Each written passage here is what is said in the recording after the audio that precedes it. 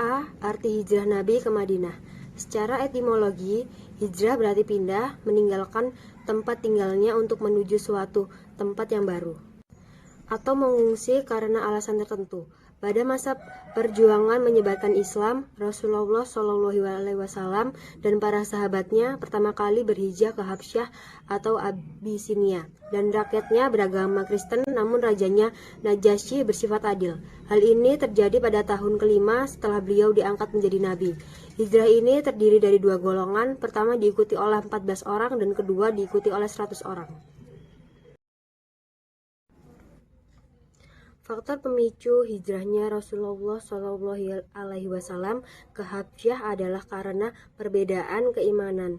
Di satu pihak, kaum Quraisy adalah penyembah berhala dan bersikukuh mempertahankan ajaran nenek moyang. Bahkan mereka memaksa para pengikut Nabi Muhammad SAW untuk menghasut dan keluar dari ajaran Muhammad SAW. Di sisi lain, Nabi Muhammad SAW dan para pengikutnya adalah penganut agama tauhid yang karena keimanan dan kecintaannya mereka kepada Allah Subhanahu wa Ta'ala tidak rela meninggalkan keyakinannya karena kesulitan yang dipahami berupa intimidasi, ancaman, boikot, dan upaya pembunuhan. B. Dasar berpolitik di Madinah. Ketika Nabi Muhammad sampai di Madinah, beliau dihadapkan pada persoalan bagaimana menata masyarakat yang kompleks. Untuk itu, Nabi menata kehidupan politik dengan menempuh dua cara. Yang pertama, menata intern kehidupan kaum muslimin, mempersaudarakan kaum muhajirin dan ansor yang disebut oleh Philip Kahiti menyebut sebagai suatu miniatur dunia Islam. Yang kedua, Nabi mempersatukan antara kaum muslimin dan kaum Yahudi bersama sekutunya. Politik diartikan sebagai seni mengatur dan memerintah masyarakat. Agak sulit memisahkan Nabi Muhammad SAW dari kepemimpinan politik, sebab di samping sebagai seorang rasul, beliau adalah kepala masyarakat politik Muslim pertama dengan Madinah sebagai pusat pemerintahan. Muhammad SAW merupakan seorang pemimpin politik karena mempunyai kapasitas dalam mengatur dan mengelola masyarakat Muslim yang dipusatkan di Madinah. Ajaran-ajaran Islam yang diturunkan pada periode ini juga lebih banyak tentang pembentukan karakter masyarakat yang berkeadaban. Setelah melaksanakan dakwah selama 10 tahun kepada penduduk Mekah dan tidak mendapat respon positif yang signifikan, Muhammad SAW mulai berdakwah kepada para jemaah haji yang berziarah ke Ka'bah selama musim-musim haji. Di antara para jemaah haji tersebut berasal dari Yasrib, dengan suatu daerah sebelah utara Mekah.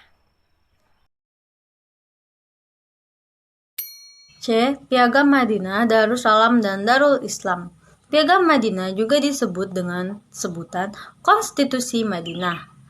Ialah sebuah dokumen yang disusun oleh Nabi Muhammad SAW yang merupakan suatu perjanjian formal antara dirinya dengan semua kaum dan suku-suku penting di Yathrib, kemudian bernama Madinah di tahun 622.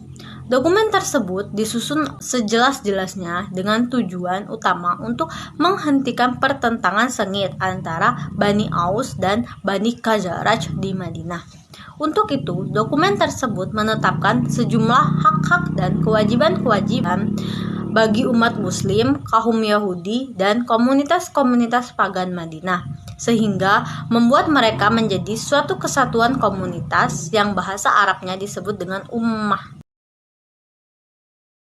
Konsep tentang pembagian wilayah menjadi Dar al-Islam, Dar al-Harb, dan Dar al-Sulh merupakan hasil ijtihad dari para fuqaha yang dipengaruhi oleh suasana politik. Ini ketika kaum musyrikin Mekah, kaum musyrikin Jazirah Arab, sampai pula kaum musyrikin Persila di Romawi telah serentak memaklumkan perang terhadap Islam. Sedangkan orang Islam dalam keadaan selalu membela diri, sehingga ada dua kekuatan yang selalu berhadap-hadapan, yakni kekuatan Islam dan kekuatan musuh-musuhnya.